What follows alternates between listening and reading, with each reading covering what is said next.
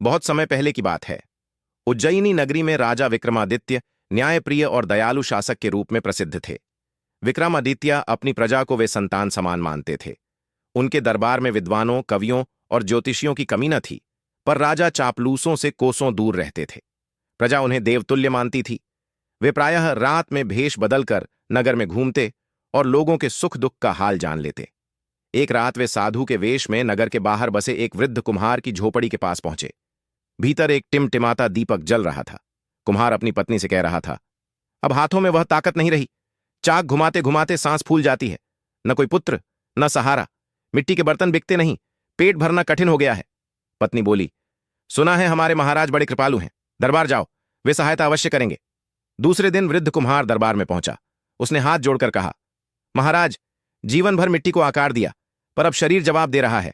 वृद्धावस्था में 2 समय की रोटी भी कठिन है। राजा विक्रमादित्य पिछली रात ही सब जान चुके थे। उन्होंने कोषाध्यक्ष को आदेश दिया और 100 स्वर्ण मुद्राएं उस कुम्हार को दिलवा दी। कुम्हार प्रसन्न होकर घर लौटा। उसने धन एक पुराने घड़े में छिपा दिया, किंतु सुबह देखा तो घड़ा खाली था। दरवाजे बंद थे, कोई भीतर आया भी नहीं। घबराकर वह फिर दरबार पहुंचा। राजा ने बिना प्रश्न किए फिर 100 स्वर्ण मुद्राएं दे दी। उस रात कुम्हार ने स्वप्न देखा कि स्वयं राजा आकर कह रहे हैं, राज्य पर विपत्ति है, मुझे मुद्राएं लौटा दो।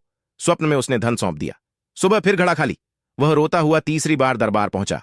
राजा आश्चर्य में पड़ गए। उन्होंने तीसरी बार भी मुद्राएं दिलवाईं और निश्चय किया कि आज रात स्वयं सच्चाई जानेंगे। अर्धरात्रि में राजा गुप्त रूप से कुम्हार की झोपड़ी के पास पहुंचे।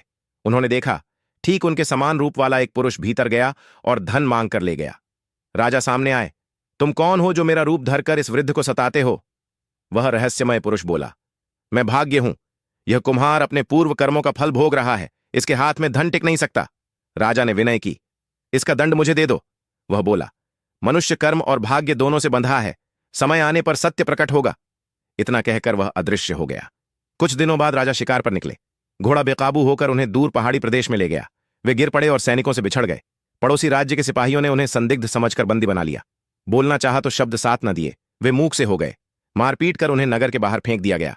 उसी मार्ग से एक साधारण गढ़रिया माधव गुजर रहा था।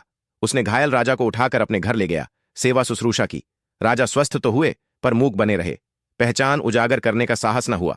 उन्होंने गढ़रिया का काम संभाल लिया। दिन भर पशु चराते, रात को चुपचाप तारों को निहारते। एक दिन वे बांसुरी बजाने लगे। ऐसी मधुर धुन निकली कि गांव वाले ठिठक गए। बात फैलते फैलते राजमहल पहुंची। उस राज्य की राजकुमारी चंद्रलेखा संगीत प्रेमी थी। चंद्रलेखा उसने आदेश दिया कि उस बांसुरी वादक को दरबार में बुलाया जाए। दरबार में बड़े बड़े कलाकार आए, पर अंत में साधारण वेश में खड़े विक्रमादित्य ने बांसुरी उठाई। स्वर गूंजे तो सभा मंत्रमुग्ध हो गई। राजकुमारी ने खड़े होकर कहा, यही सच्चा कलाकार है। राजा चकित थे। बिना कुलगोत्र जाने? राजकुमारी बोली, इनमें राजसी तेज है। दरबार में 4 विद्वान थे, धर्मज्ञ, कर्मज्ञ, तपज्ञ और पुण्यज्ञ। उन्होंने गुणों का वर्णन करते हुए कहा कि ऐसे गुण तो केवल उज्जैनी के राजा विक्रमादित्य में हैं। तब उस मूक कलाकार की आंखों में आंसू आ गए। उसी क्षण उसकी वाणी लौट आई। उसने अपना परिचय दिया और सारी कथा सुनाई। कुम्हार, भाग्य और वन की घटना। सभा में हर्ष छा गया। पड़ोसी राजा ने क्षमा मांगी। राजकुमारी चंद्रलेखा ने उनके गले में जयमाला डाली। विवाह धूमधाम से हुआ। उसी समय समाचार आया कि वृद्ध कुम्हार के घर अचानक व्यापार बढ़ चला है।